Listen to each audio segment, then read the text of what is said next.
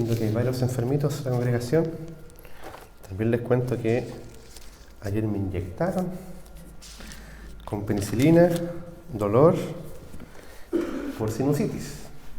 Pero, como vamos a ver en el texto, si no fuera por el Señor, no estaríamos acá, ¿ya? Hoy día el sermón está en Salmo 123. 24, perdón. Están atentos, normal. Muy bien, me gusta eso.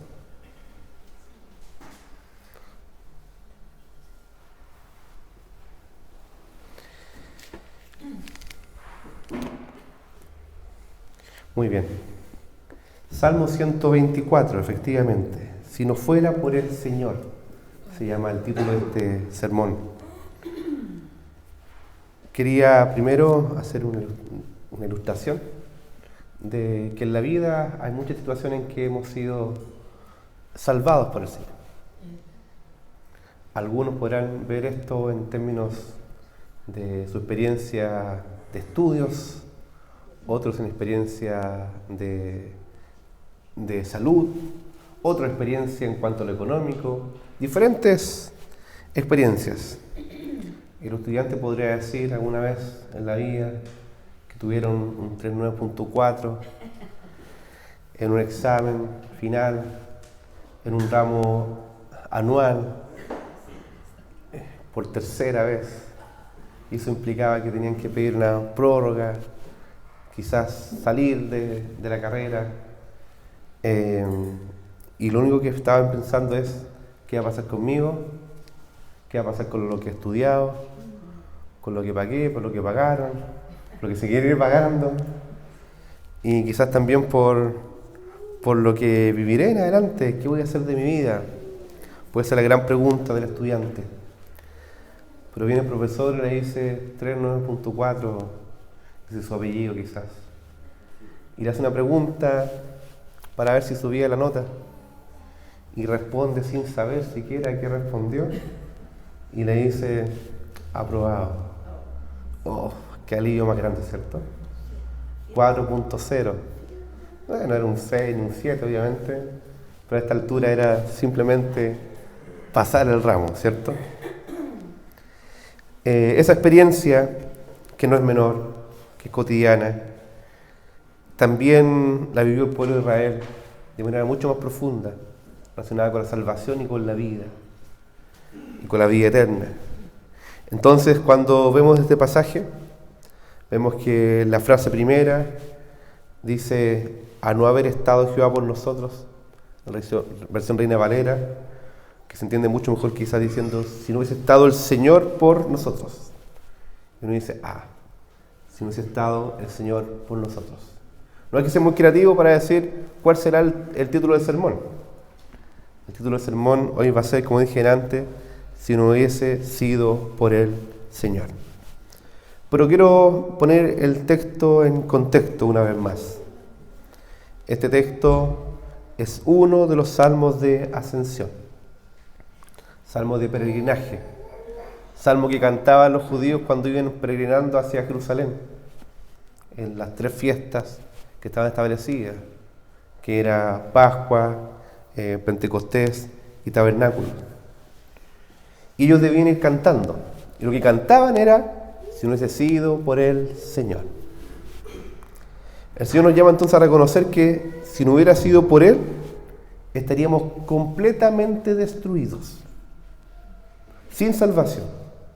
Y gracias a Dios, esta salvación tan grande es motivo suficiente para peregrinar adorándolo diariamente con gratitud profunda en nuestros corazones. Como les decía, este salmo era para ser cantado mientras peregrinaban. Era un recordatorio de lo que Dios había hecho por su pueblo. Era un llamado a reconocer que si no hubiera estado el Señor por nosotros, no seríamos pueblo y ni siquiera podríamos peregrinar para la adoración a Jerusalén. Veces pasadas les comentaba que peregrinar no era sencillo. Implica un movimiento, implica dejar algo e ir hacia adelante. Implica detener la acción cotidiana para avanzar. Implica desafíos de organización, logístico. Implica desafíos de cómo hacerlo con el viaje. Cómo viajar con una familia. En las familias numerosas. Quizás cómo viajar con 4, 5, 6, 7. O la familia ampliada. Con los abuelos, los suegros, todos juntos. Se podría imaginar todo lo que implicaba eso.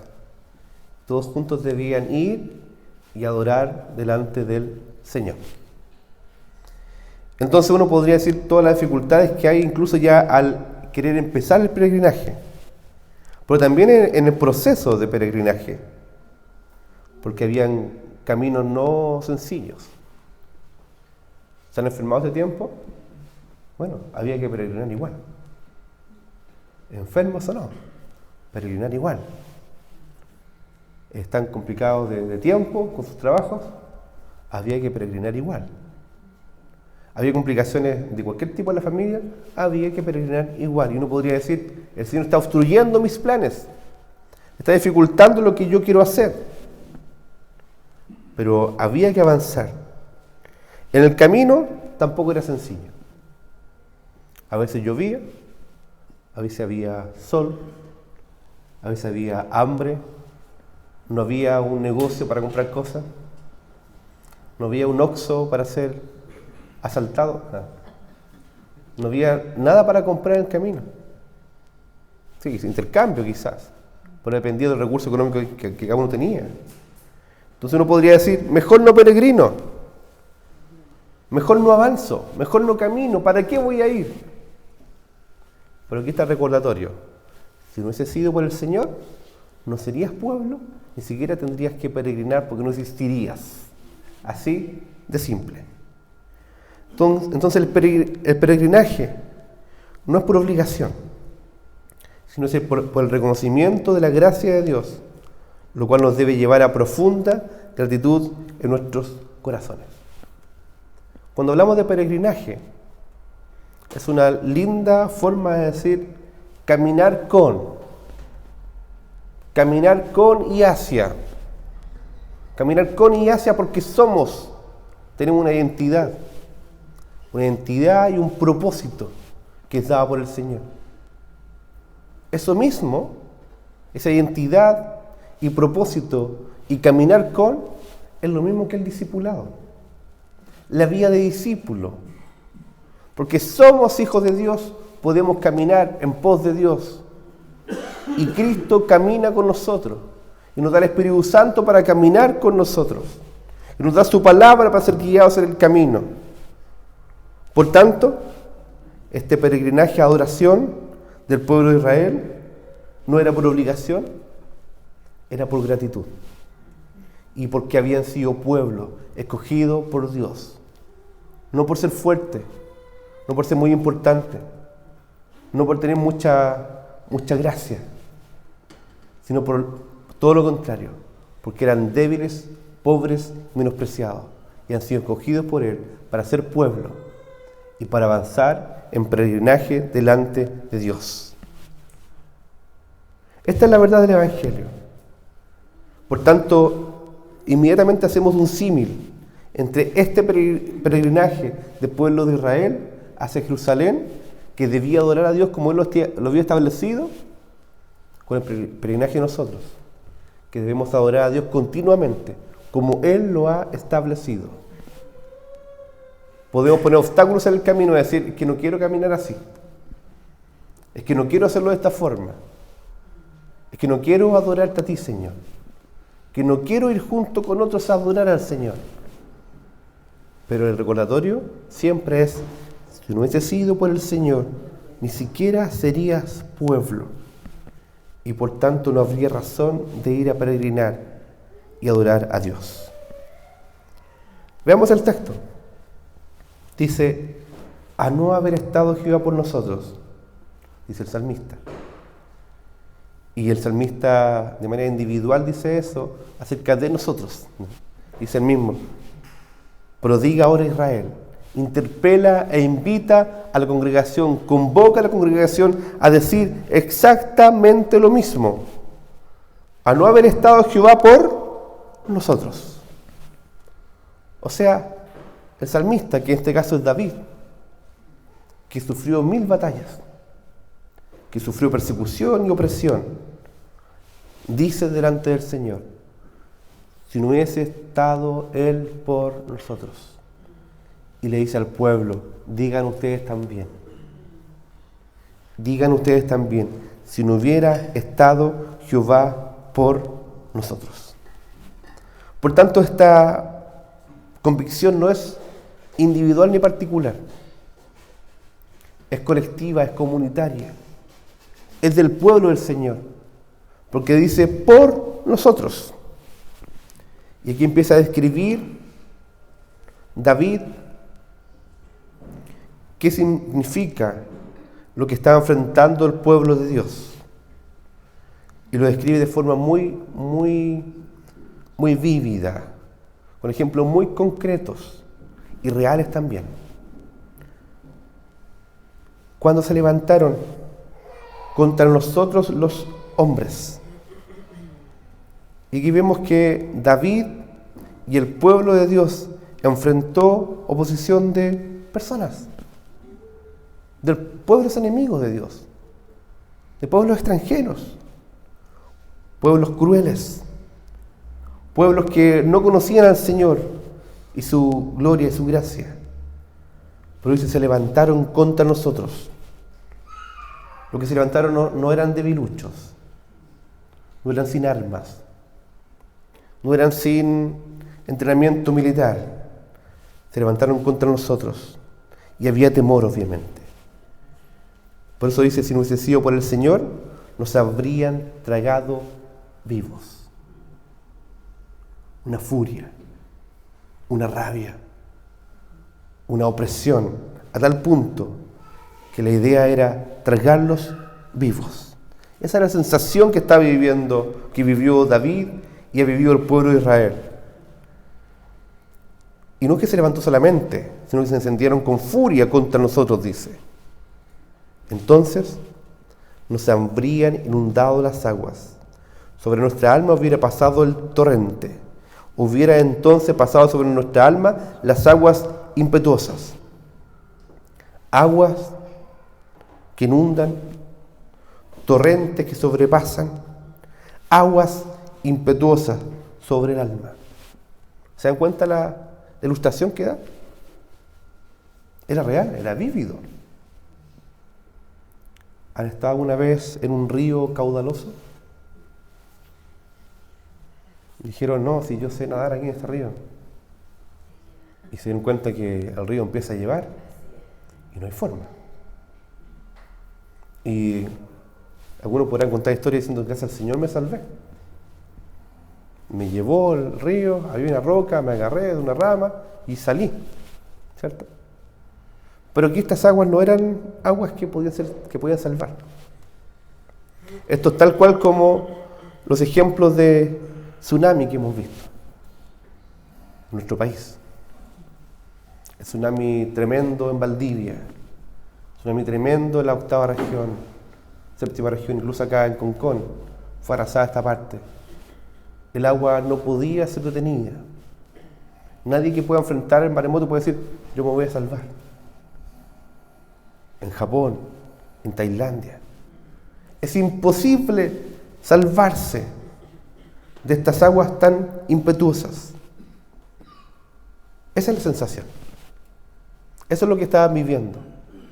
Pero dice, a pesar de que había aguas impetuosas, a pesar del tsunami, a pesar de la devastación que estaba quedando, de alguna forma, el Señor nos salva y nos saca y nos pone en tierra firme. Si estamos en esa experiencia de ver cómo si estuviéramos dentro de una lavadora que nos mueve el mar por todos lados y de alguna forma somos salvados, la experiencia es de contraste, de pensar que hasta aquí llegó mi vida y no hay nada más que hacer. Y te podrás recordar incluso de tus familiares, de lo que hiciste, de lo que no hiciste, de la iglesia, de tus amigos, Te podrás recordar de toda tu vida y decir, ¿sabes, Señor, hasta aquí nomás llegamos? Pero de pronto, por la obra y gracia del Señor, te encuentras en tierra firme. Y vas a decir, wow, yo no debiera por qué estar acá. Estas aguas impetuosas estaban arrasando sobre mi vida. No había forma de escaparme, no había forma de salvarme, pero estoy aquí vivo para contar de las maravillas del Señor. Estoy aquí vivo una vez más para contarle su gracia y de su gloria. Estoy vivo para Él. Esa es la experiencia que vivió el pueblo de Israel.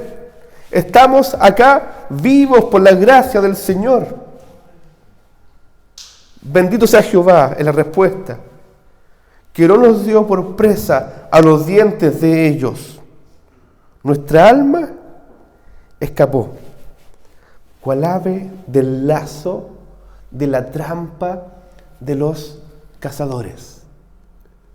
El cazador experto dice, con esta trampa va a caer, va a ser aniquilado, no hay forma de que se zafe, que se salve, y está mirando expectante, ahora viene. ¿Y qué pasa? Milagrosamente dice, se rompió el lazo, se hizo añicos la trampa, y escapamos nosotros. Esa es la obra del Señor. Y terminan diciendo, nuestro socorro está en el nombre de Jehová, que hizo el cielo y la tierra. Repasemos. A veces vivimos la oposición de los hombres, cuando se levantan a atacar, encendidos de furia, que lo único que buscan es tragarnos vivos. Pablo vivió esto y lo graficó en los Gálatas de la siguiente forma. Me dicen, ¿cómo tragarse vivo? Bueno, hay forma de tragar vivo, de comer a las personas incluso cuando están vivas. Pero si os mordéis y coméis unos a otros, mirad que también no os consumáis unos a otros. Gálatas 5:15. Pero también oposición. Hay furia también del contexto que nos rodea, inundación, torrente o aguas impetuosas. O bien o sufrir de la furia, de las bestias que quieren devorar, del contexto. El contexto cada día es más duro. No es tan sencillo este contexto. La sociedad, la oposición frente al Evangelio, frente a Cristo y su mensaje. Las condiciones económicas son cada vez más duras, más complejas. La situación política es compleja. La seguridad es compleja. Los asaltos es complejo. Y uno podría decir, estamos perdidos. Muchas veces, incluso, las bestias que quieren devorar es el maligno que anda como león rugiente buscando a quien devorar, a la presa fácil, débil, que está fuera del redil. Otras veces nuestra propia vida cayendo el lazo de los cazadores. Les he dado el ejemplo otras veces. Esa ovejita porfiadita, ¿cierto? Que cae en la zanja. He visto ya 2 versiones ya. La zanja y la reja con alambre de púa. Y va el pastor, lo saca a la zanja, sale corriendo la ovejita y pum, y vuelve a caer a la misma zanja. Lo mismo, una ovejita que está en alambre de púa, lo saca el buen pastor, sale corriendo y vuelve a caer la misma reja con alambre de púa. Otra vez en nuestra propia vida cayendo en lazos de cazadores. Pero el mensaje es el mismo. Si no hubiera sido por el Señor, estaríamos completamente perdidos y destruidos. Eso es lo que dice el salmista y le recuerda a la congregación y la invita a proclamar de manera agradecida y esperanzada. ¿Cuándo lo vivieron ellos? En muchas oportunidades. Lo vivieron cuando Dios los salvó de la esclavitud de Egipto. y les enseñó a vivir como pueblo, haciendo un pacto con ellos y entregándoles la ley. Pero también los salvó continuamente mientras avanzaban en el peregrinaje. Entonces,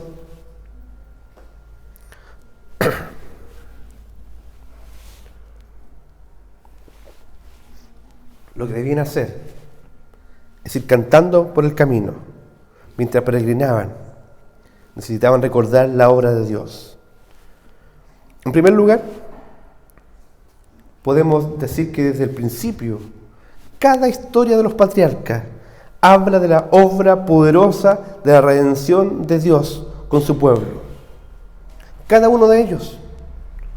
Ustedes podrán ver quizás Hechos 7, donde hay un resumen hermoso de teología bíblica, conectando cada uno de ellos con Cristo, o Hebreos 11 incluso ustedes podrán ver, y ver que el Señor obró en Abel, en Enoc, en Noé, en Abraham, en Isaac, y en Jacob, y en José, y en Moisés, quienes experimentaron la salvación de Dios, librándolos de sus propios pecados y del pecado de otros, dándole promesa de salvación definitiva del pecado por medio de Cristo. Pero quizás el más patente para el pueblo de Israel eran dos experiencias. La experiencia de ser salvado de la esclavitud de Egipto y ser salvado del exilio babilónico y volver una vez más a su tierra para que sea reconstruido su ciudad, el templo y la adoración. Y vamos a ver Éxodo 14 como ejemplo de esto. Porque dice, y cuando Faraón se hubo acercado, los hijos de Israel alzaron sus ojos. Y aquí los egipcios venían tras ellos. Por lo que los hijos de Israel temieron en gran manera y clamaron a Jehová. Contexto. Dios había sacado al pueblo de Israel de Egipto por medio de su poder demostrado en las plagas. El faraón dice, ya váyanse. Y el Señor lleva a su pueblo al desierto y lo lleva a acampar al lado del mar. Pero una vez más, el Señor endurece el corazón de Faraón. Porque el Señor a quien quiere, ablanda su corazón y endurece su corazón. Y una vez más, el corazón del Faraón fue endurecido. Y vinieron en pos de el pueblo de Israel. Y la visión del Faraón fue muy exacta acerca de Israel. Versículo 3, 14, Éxodo 14, 3, diciendo, encerrados están en la tierra. El desierto los ha encerrado. Por tanto, siguiéndolos, pues los egipcios, ya en versículo 9, con toda la caballería y carros de Faraón. Le echó la caballería encima, ¿cierto? Con toda la caballería y carros del Faraón, su gente de a caballo y todo su ejército, los alcanzaron acampados junto al mar, al lado de Pijahirto, delante de Basaal Zephón. Esa era la condición del pueblo de Israel. Estaba entre la espada y la pared. El pueblo estaba humanamente perdido, completamente perdido. Venía el ejército más poderoso de la tierra, con toda su furia y crueldad, respirando venganza y condenación, amparado orgullosamente en toda su gloria y esplendor, entre comillas, con todas sus armas y recursos desplegados para la aniquilación de Israel. Por tanto, tenían delante el Mar Rojo y detrás venía, a un ritmo apresurado y firme, su enemigo más feroz. Sin Dios, Israel solo podía esperar destrucción completa de todo el pueblo. Entre la espada y la pared no podía ser saltada, no ofrecía salvación. La espada no ofrecía perdón. Delante había muerte, detrás había muerte. Por eso el pueblo se sintió desesperanzado, viendo que no podían ser salvados. Y ya estaban esperando lo peor. ¿Qué pasó? Sabemos lo que pasó, ¿cierto? Que lo vamos a ver al final, ¿ya? Entonces, nuestra experiencia de vida es así. Quiero que sepas que si estás acá y no has experimentado aún la salvación de Dios, adelante solamente viene condenación.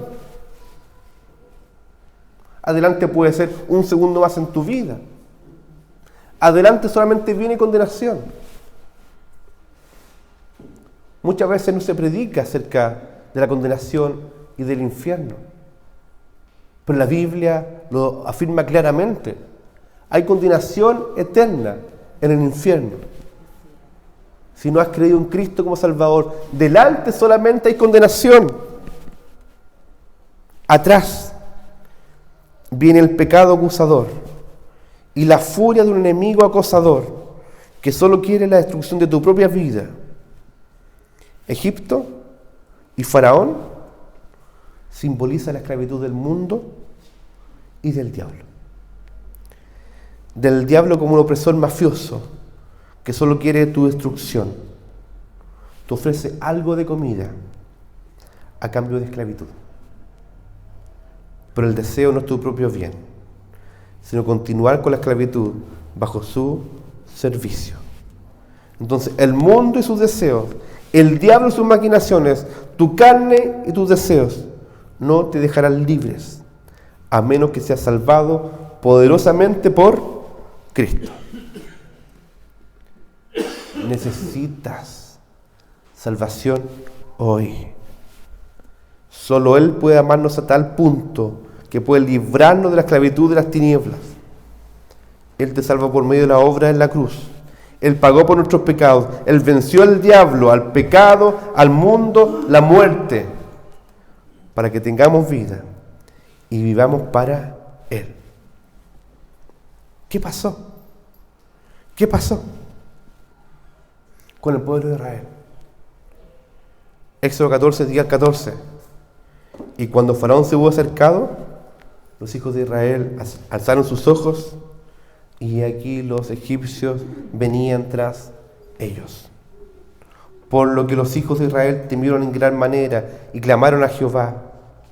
Y dijeron a Moisés: ¿no había sepulcros en Egipto que nos has sacado aquí para que muramos en el desierto? ¿Por qué has hecho aquí con nosotros que nos has sacado de Egipto? ¿No es esto lo que te hablamos en Egipto diciendo: déjanos servir a los egipcios? Qué terrible. Porque mejor nos fuera servir a los egipcios que morir nosotros en el desierto. Y Moisés dijo al pueblo: no teman, estad firmes y ved la salvación que Jehová hará hoy con nosotros. Porque a los egipcios que hoy habéis visto, nunca más para siempre los veréis. Jehová peleará por vosotros y vosotros estaréis tranquilos. Así nos salva Dios de las garras del maligno, de las garras del mundo, del pecado y de la muerte. Esa experiencia de salvación la hemos visto también en el Nuevo Testamento. Por eso podemos decir que la salvación es obra del Señor, que no depende del ser humano, no depende del que quiere ni del que corre, sino de quien Dios tiene misericordia. ¿Podía acaso hacer algo este pueblo para salvarse? ¿Podía correr en círculos al menos para decir me voy a salvar? ¿Podía arrancar hacia el mar o en contra del pueblo de Egipto? No podía. No había forma de salvarse. Por eso dice en Efesios 2, versículo que me leído muchas veces, pero es bueno recalcarlo. Y Él, Dios, dio vida a vosotros cuando estabais muertos en vuestros delitos y pecados, en los cuales anduvisteis en otro tiempo, siguiendo la corriente de este mundo, conforme al príncipe de la potestad del aire. Estábamos muertos, siguiendo la corriente de este mundo, bajo el poder del maligno. Continúa el texto: el espíritu que ahora opera en los hijos de desobediencia, entre los cuales también todos nosotros vivimos en otro tiempo en los deseos de nuestra carne, haciendo la voluntad de la carne y de los pensamientos. Éramos por naturaleza hijos de ira, lo mismo que los demás. Esa era nuestra condición. Esclavos a nuestra carne, al mundo, a las tinieblas, al diablo. Pero Dios, que es rico en misericordia, por su gran amor con que nos amó, aún estando nosotros muertos en pecado, nos dio vida juntamente con Cristo. Por gracia sois salvos. Y esta es la misma experiencia que vemos del pueblo de Israel en Egipto. Y juntamente con Él nos resucitó y asimismo nos hizo sentar en lugares celestiales con Cristo Jesús, para mostrar en los siglos venideros las abundantes riquezas de su gracia en su bondad para con nosotros en Cristo Jesús. Y recuerda, porque por gracia soy salvo. Por gracia pueden seguir peregrinando. Por gracia pueden seguir cantando mientras caminan a la ciudad celestial. Por gracia pueden confiar que Él pelea por vosotros y pueden estar tranquilos en cada circunstancia de la vida. Y esto no de vosotros, lo sabemos. Nadie podía decir: no, es que yo me salvé de los egipcios. Esto no de vosotros, pues es don de Dios, no por obras, para que nadie se gloríe, y para que todos den la gloria a Dios. Porque somos hechura suya, somos un pueblo nuevo, creados en Cristo Jesús, para buenas obras. Ese es el motivo por el cual peregrinamos y avanzamos, para buenas obras. Pero a veces estamos estancados y no queremos servir a otros para buenas obras. Dice: las cuales Dios preparó de antemano para que anduviésemos en ellas, para que pudiéramos peregrinar en ellas. Mientras el Señor nos dé vida, serviremos al Señor y su pueblo. Ese es el motivo de peregrinar. ¿Les recuerdo nuestra condición entonces? No podemos ser salvados por nosotros mismos. Ese es uno. 2. Quien condena es despiadado y cruel. 3. Sin Cristo, la condenación es segura y devastadora. 4. Sin Cristo, lo único que podemos esperar es una terrible condenación. Esa es nuestra condición. Pero ¿cómo es la salvación de Dios? Él busca de manera eficaz salvarnos por gracia. 1. 2. Él es bueno y amoroso a tal punto que da su vida por su pueblo. 3.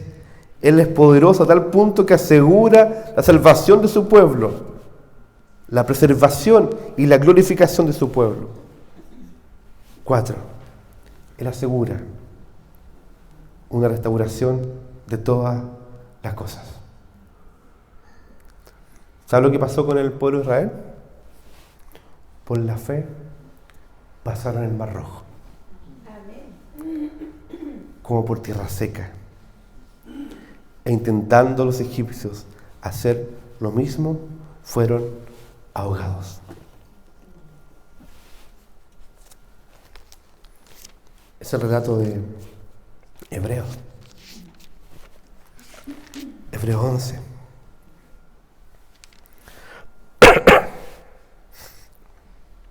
Después dice, por la fe. Rahab, la ramera, no pereció juntamente con los desobedientes, habiendo recibido a los espías. Fue salvada por el Señor. ¿Y qué más digo? Porque el tiempo me faltaría contando de Gedeón, de Barak, de Sansón, de Jefté, de David, así como Samuel y los profetas, que por fe conquistaron reinos, e hicieron justicia, alcanzaron promesas, taparon bocas de leones que querían devorar, apagaron fuegos impetuosos, evitaron filo de espada, sacaron fuerza de debilidad, se hicieron fuertes en batalla, pusieron en fuga ejércitos extranjeros. Y por la misma fe, las mujeres recibieron a sus muertos mediante la resurrección. Mas otros fueron atormentados, no aceptando el rescate, a fin de obtener mejor resurrección. Otros experimentaron vituperios y azotes, y más de esto, prisiones y cárceles.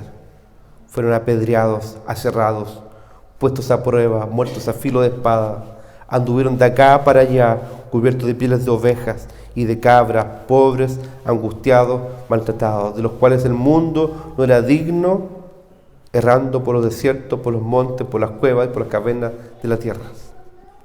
Y todos estos, los que vencieron y los que aparentemente no vencieron, aunque alcanzaron buen testimonio mediante la fe, no recibieron lo prometido. Porque hay una promesa de que algún día estaremos con Él, juntos como un pueblo, proveyendo Dios alguna cosa mejor para nosotros, para que no fuesen ellos perfeccionados aparte de nosotros. ¿Vieron este ejemplo? Por tanto, nosotros también, teniendo en derredor nuestro tan grande nube de testigos, despojémonos como peregrinos de todo peso que nos asedia, del pecado que nos asedia, y corramos con paciencia la carrera que tenemos por delante. Puesto los ojos, como lo decíamos el domingo pasado, alza tus ojos al Señor, los ojos en Jesús, solamente en Jesús, el autor y consumador de la fe, el cual, por el gozo puesto delante de él, sufrió la cruz, menospreciando el oprobio, y se sentó a la diestra del trono de Dios. Usted puede seguir leyendo el texto, que es hermoso. Les pregunto acerca de sus vidas. ¿Pueden reconocer que si no hubiese sido por la gracia del Señor, no estaríamos vivos? ¿Que no estaríamos aquí? ¿Que nos ha salvado continuamente y nos quiere salvar una vez más de nuestros pecados y errores? ¿Reconocen que cuando han pedido perdón al Señor, Él los ha librado? Él quiere seguir librándolos. Y le dice, si tienen dificultades externas, no se preocupen. Estén tranquilos, que yo voy a hacer la obra perfecta. Confiar y vean la salvación que yo haré. Y también le dice, si hay enemigo dando vuelta, que el enemigo anda como león rugiente buscando al devorar, someteos pues a Dios, resistirá al diablo y él huirá de vosotros. Les pregunto, si no hubiera estado Jehová por nosotros, diga ahora Israel, diga ahora el pueblo de Dios, ¿pueden decir ustedes lo mismo?